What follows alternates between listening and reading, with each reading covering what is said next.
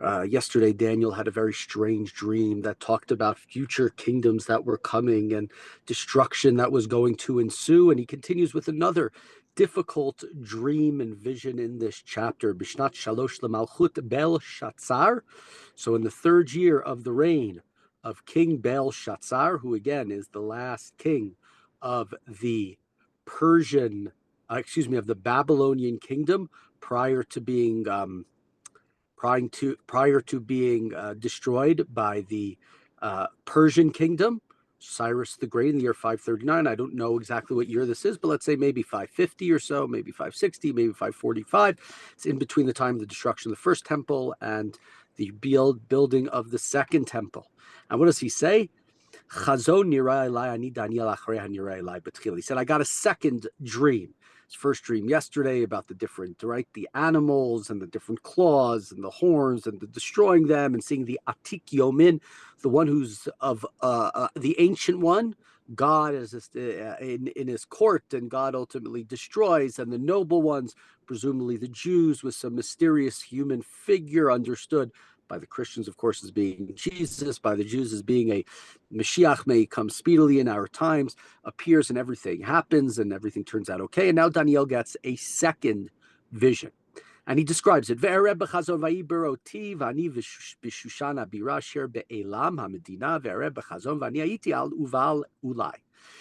was in Shushan, in the fortress of Shushan. We talked about it during Megillat Esther. There are only two cities in the Tanakh which are called Bira. You could say it's a fortress. It means a capital. One is Yerushalayim. One is Shushan. That's important in the book of Esther, understanding the problem of the Jews who remain in Shushan, don't go back to Israel, turning Shushan into their capital, into their holy city. And he sees a vision. And he was next to a river. Vesai 9, I lifted up my eyes. Virevine ayelechano made lifnei hauval velo karnaim vakarnaim gvohot vachat gvoa min hashenit vagvoa olah. And I looked and I saw a ram standing between me and the river. He had two horns. The horns were high, with one higher than the other, and the higher spouting last. So I want to stop for a second. Nechama, this isn't for you, but to either Rav Shmuel or to the Weissmans, anything different about this chapter than the chapter yesterday? It would have been, if we had Ben on, who was here for much of the earlier days, would be an easier question, perhaps. Anything that's different about this chapter and the previous chapters? When I say it, it will be very obvious. Well, the last chapter he was dreaming. So he was dreaming. This is a dream also. It's a second dream, a second vision. The difference is we've returned to the Hebrew language.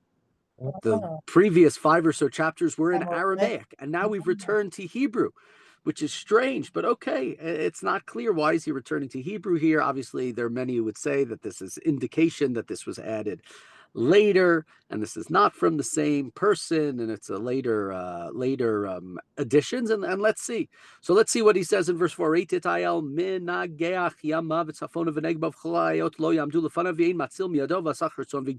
saw the ram. It was budding westward and northward and southward. No beast could withstand him, and there was none to deliver from his power. He did as he pleased, and he grew great.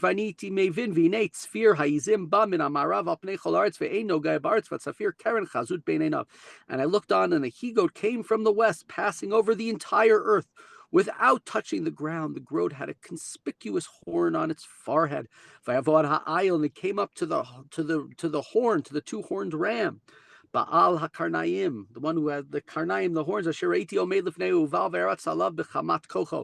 And what happens is this goat, it comes, and in between me and where the goat was, it charges with furious force at the ram. What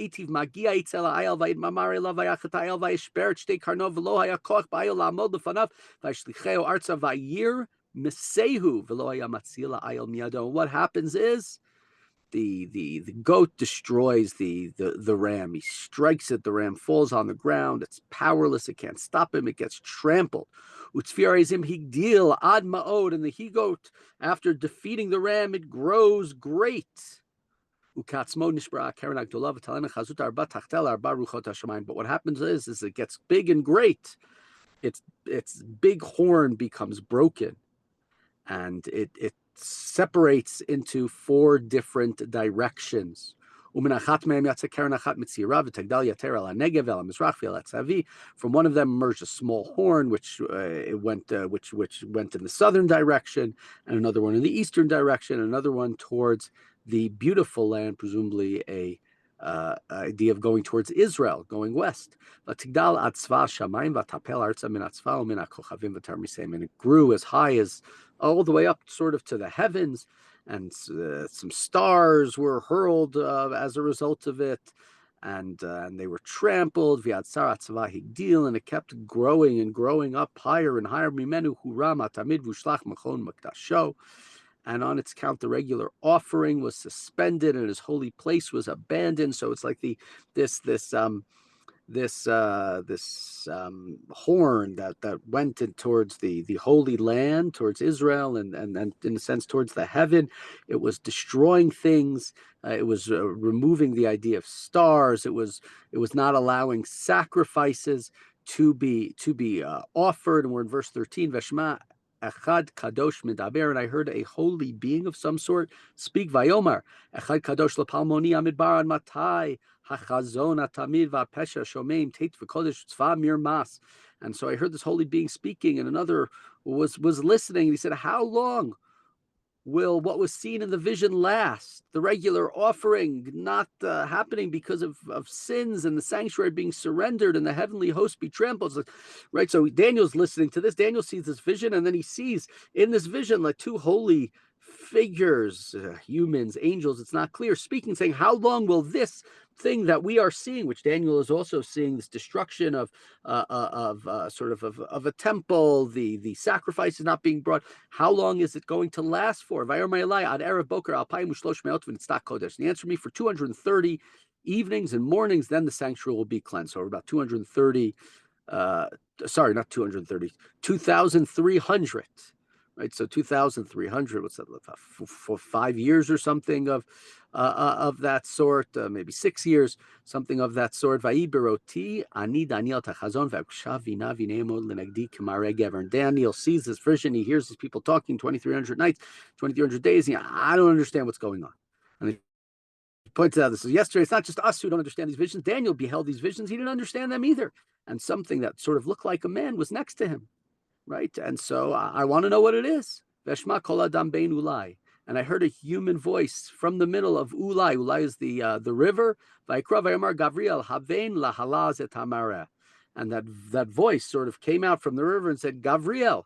Gavriel's name, according to tradition, of an angel. Make the man understand the vision. Explain to him what this is. Vayavo etzel Omdi uvavo nivati veplau panai, and he came near me, and I was standing, and I became very, very scared, and I fell down to bow down. Havein ben adam kileit ketzachazon. He says, "Stand up, man." It's like goes back to the book of Yechezkel. We talk so much in the book of Yechezkel, which is about God's space, God leaving, God's chariot, God coming back to Jerusalem, the way that Jerusalem is described, and over again. Yechezkel is called Ben Adam. The differentiation there between sort of the abode of man and the abode of the divine. Here too, we see this word Ben Adam being used, son of man. Let me explain to you the vision of the Ketz Echazon, of the end, right? It refers to the end, messianic period, apocalyptic, etc., etc. Uvdavro imadi imi nirdamti al panei arza vayigabi vayamdeni al omdi. And when he spoke to me, I was overcome by a deep sleep as I lay on the ground, and he touched me and made me stand up. And this is all in the dream.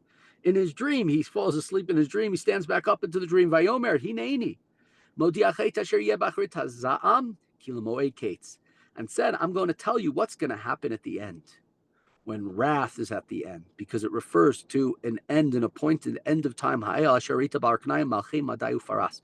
two-horned ram is the kingdoms of Persia and Media, what we usually refer to as the Persians, right? Cyrus, who's going to come, Darius, Daryavesh, Achashverosh, etc., etc.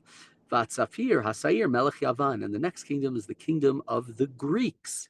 Vakaran Agdola Asher Bein Einav Hu Melech Harishon, and the first of the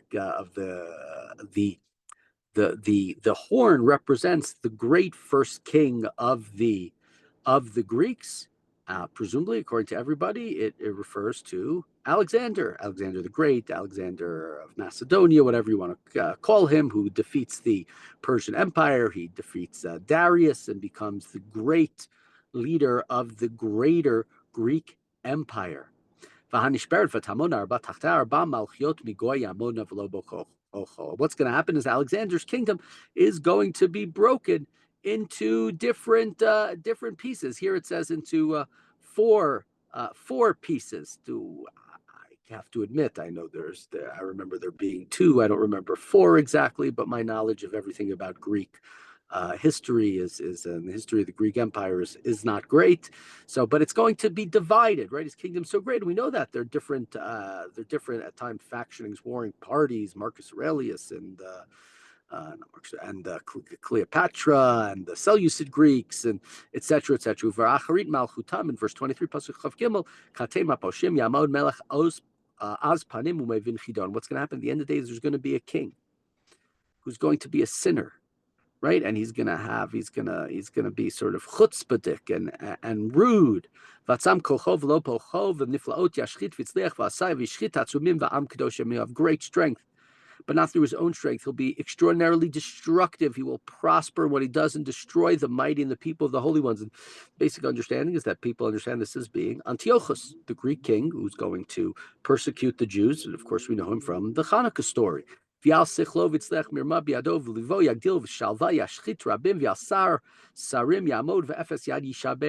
his cunning, he'll use deceit and he'll make great plans and he'll destroy all sorts of people. But then people, right, will rise up against him. And then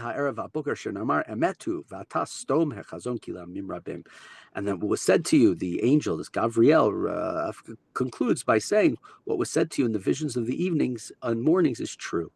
So now keep it a secret, because it's for hundreds of years from now. And now we see Daniel closes the chapter. He says, Vani Daniel hiyeti v'necheleti yamim. And he says, I was stricken, I was shocked, and I became sick afterwards for a while. And then I got up to I had a job. I was one of the leaders of the kingdom. I was one of the king's great advisors. But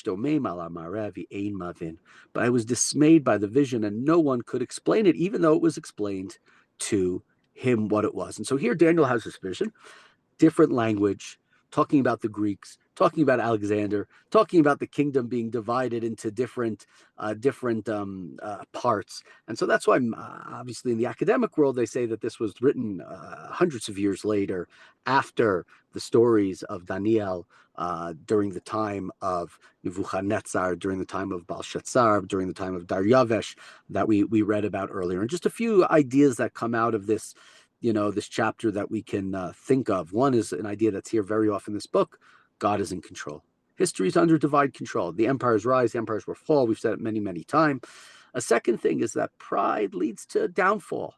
Both the goat and the small horn, they grow great, but they're broken. Arrogance and self-glorification lead to destruction.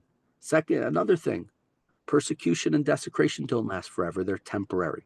Antiochus is going to come in and he's going to really be rude. He's not just going to desecrate and do little things, but he's going to attack the spiritual core of people, not just their physical existence. He wants us to stop being Jewish. But that's not going to last. And the last thing is that understanding is not something that we have completely. That God has to understand certain things. There are complexities in the world. There are things we don't understand. Even somebody like Daniel, who's this brilliant guy, can interpret dreams, which is God given to him, and is the wisest of all the people in Babylon amongst the king. Even he, at times, there are things that he doesn't understand and needs divine intervention to explain to him. And we too, there are many, many things we can't understand and need a little help, perhaps, from the Eibishter, from the Almighty, to help explain them to us.